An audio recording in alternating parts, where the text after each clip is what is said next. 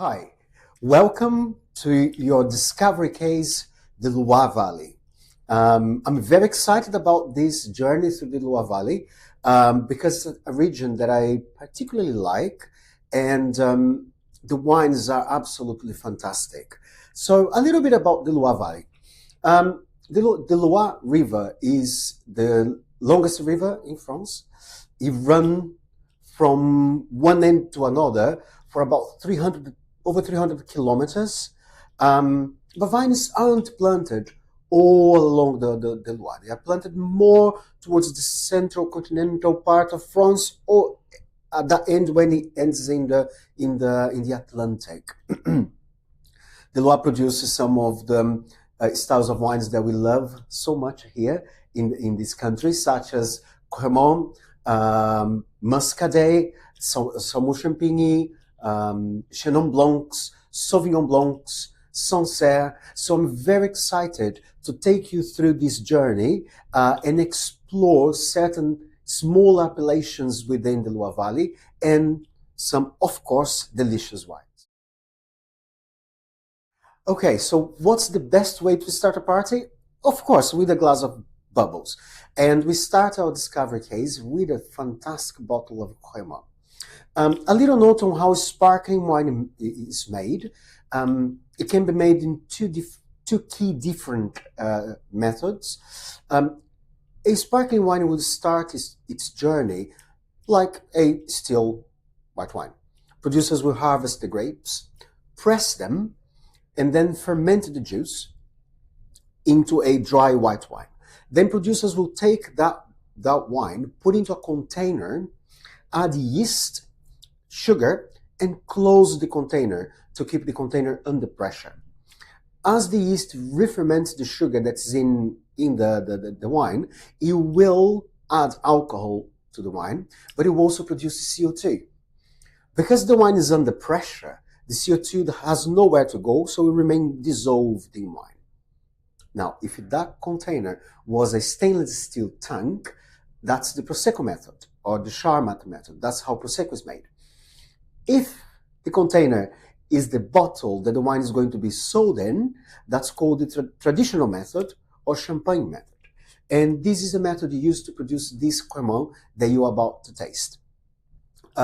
This Cremant comes from Domaine de Landreau, from the Raymond de Morin family. They have been there now for 4 generations in the Léon side of the Loire Valley. You can check that on the map that we provided with the tasting notes.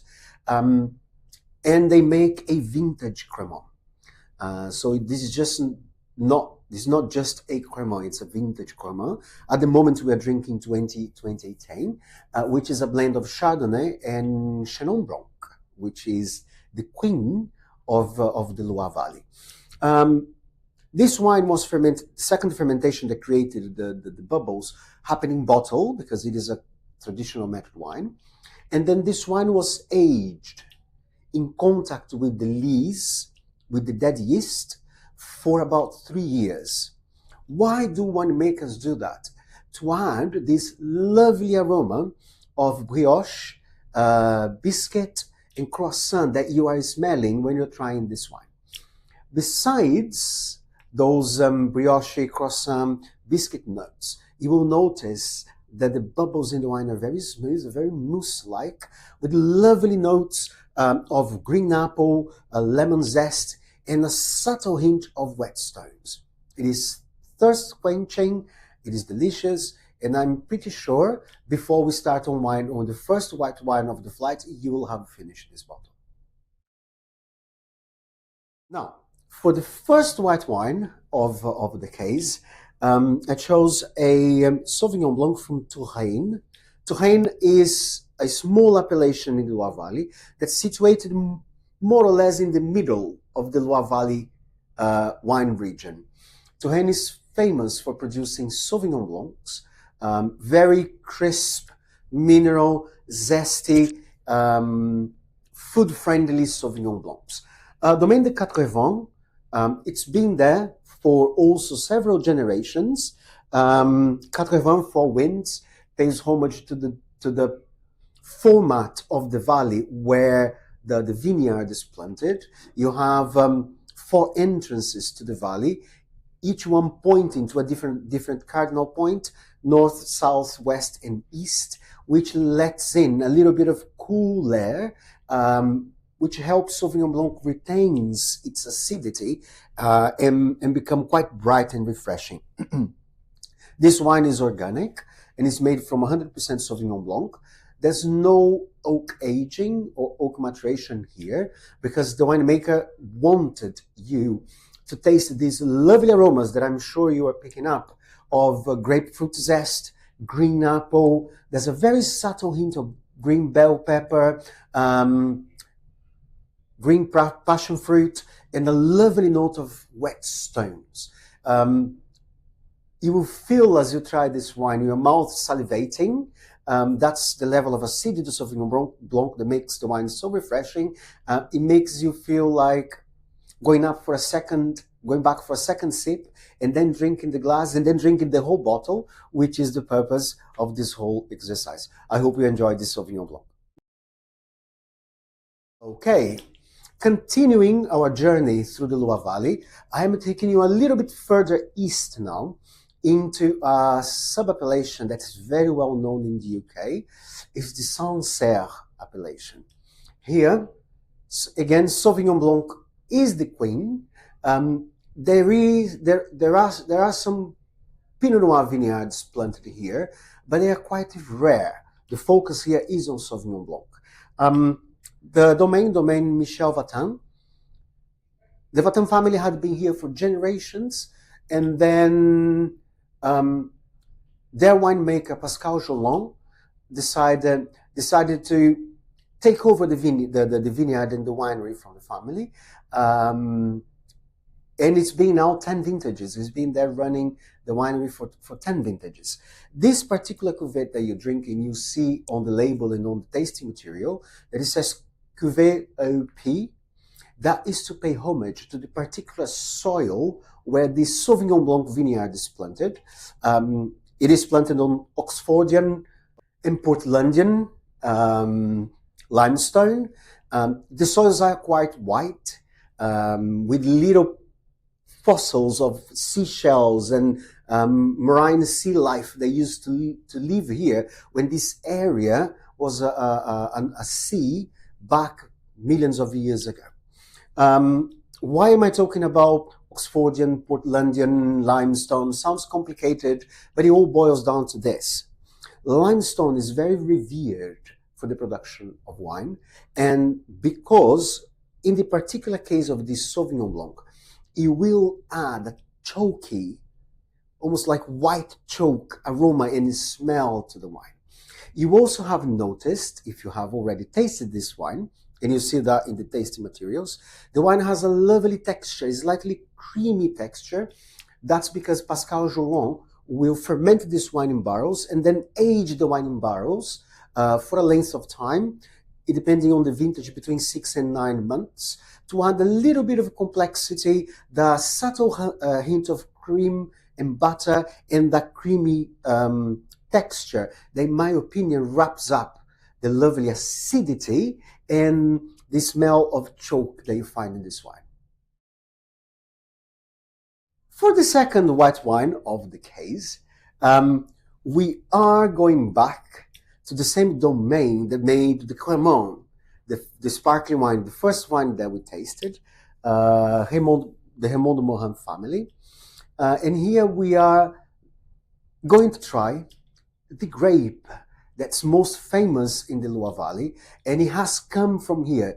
Loire Valley is its home, which is Chinon Blanc. We will find Chinon Blanc across the world, most particularly in South Africa, but the Loire Valley is Chinon Blanc's home. It came from here. This particular Chinon Blanc is a favorite of mine. This cuvée is called La Jalousie, which means the jealousy, because when the daughter of the winemaker was of school age, her father, Raymond de Morin, gave her a horse, and the horse caused jealousy in her friends They were jealous of her horse, and she decided to name the horse jealousy. And then when this cuvée was created, it was named after the horse to pay homage, not just to the story of the horse creating jealousy, but also to pay homage to the lineage. The family has been there for so long. That's their way of life. That's where they live. That's where their roots are. And as deep as the roots of the vines they look after. This particular Chenin Blanc was fermented in barrels and then aged in barrels, French barrels, for 6 months. You will see that Chenin Blancs can have a slightly de-wax texture to them, but added to that, a lovely note of peaches, orange zest, and coming from the oak, a lovely underlying note of hazelnut that runs all the way through, from the front to the palate, all the way to the end. It is a mouth-watering wine, and I hope you enjoy it. And the red wines start coming out. We are now heading to the last 2 wines of the case, both red, and is still with Domaine Raymond de Morin. They own a parcel of vineyards a little bit further east in a small appellation called the Saumur-Champigny. Technically, it should be too cold for Cabernet Franc to ripen here in Saumur-Champigny, but as you come from west to east, following the River Loire, there is a set of hills on the southern bank that protect Saumur-Champigny from the cold fronts that come from the Atlantic, creating a sort of a hot spot, warm spot there, where Cabernet Franc can ripen. This particular Cabernet Franc is planted in white soils. There are 2 different types of soils in Saumur, but this is white soil, limestone, which will add a quite vibrant notes of crunchy red fruit to the wine. This wine has been aged in barrels for 9 months, and it has one of those underlying native notes of a good Cabernet Franc from Saumur-Champigny, which is the slightly minty eucalyptus, green leaf note that you find in Saumur-Champigny from this area. It is quite a light red wine for a Cabernet Franc, very refreshing. It pairs well with food. And if at this point of the tasting you have food on the table, particularly protein or very savory dishes will pair very well with Saumur-Champigny. But because it's such a light wine for a Cabernet Franc, it also pairs really well with good conversations. So I hope you enjoy it. And we arrived at the last red wine of the case. This is a little bit further east. We are here in a sub-appellation called Chinon, which is also very famous for the production of Cabernet Franc, now in a slightly different style. Before I talk about the style, I think I need to talk a little bit about Cabernet Franc. For those who haven't tried Cabernet Franc, hadn't tried it before, you had a chance with Saumur-Champigny. Cabernet Franc is one of, it's the father of Cabernet Sauvignon. Cabernet Sauvignon appeared for the crossing between Cabernet Franc and Sauvignon Blanc. This particular domain Pichard de Jourdain, was the very first domain that we imported at Humble Grape.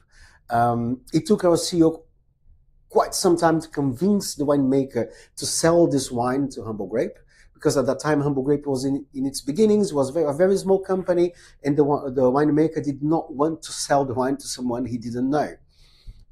After some back and forth, he decided to sell the wine to us, and we are very happy because we have been since then importing these wines directly from them. What I love about this domain, in particular this Cabernet Franc, is that the domain is certified biodynamic, so no artificial chemicals are being used in the winery, in the vineyard. They actively promote biodiversity inside the vineyard, making not just better wines, but more environmentally friendly wines. This particular Cabernet Franc is spent about, it depends on the vintage, 10 to 12 months in French oak, and you will have noticed, both from the label and from the tasting material, that this wine is called Les Trois Quartiers, the three quarters, is just because the winemaker chooses the three best plots of Cabernet Franc that he has in his vineyard, vinifies them separately, then blend them together and age to produce a wine that it is, as you can notice on the tasting, richer, more structured, meaning with more tannins, with more alcohol, with more acidity than the Saumur Champigny, with more complexity. That I mean, lovely notes of red cherry, dark cherry, followed by the notes that you get from oak aging, cedar, smoke, vanilla, and a little bit of notes from bottle aging. This particular Cabernet Sauvignon, when it ages a little in bottle, it will develop a lovely note of sweet tobacco and dark chocolate. So that's why I chose this wine as the wine to close our journey through the Loire Valley, because of its elegance, because it is really, in my humble opinion, the golden key to close this very small, short journey that we took in the Loire Valley. I hope you enjoy, and we'll see you in the next discovery case.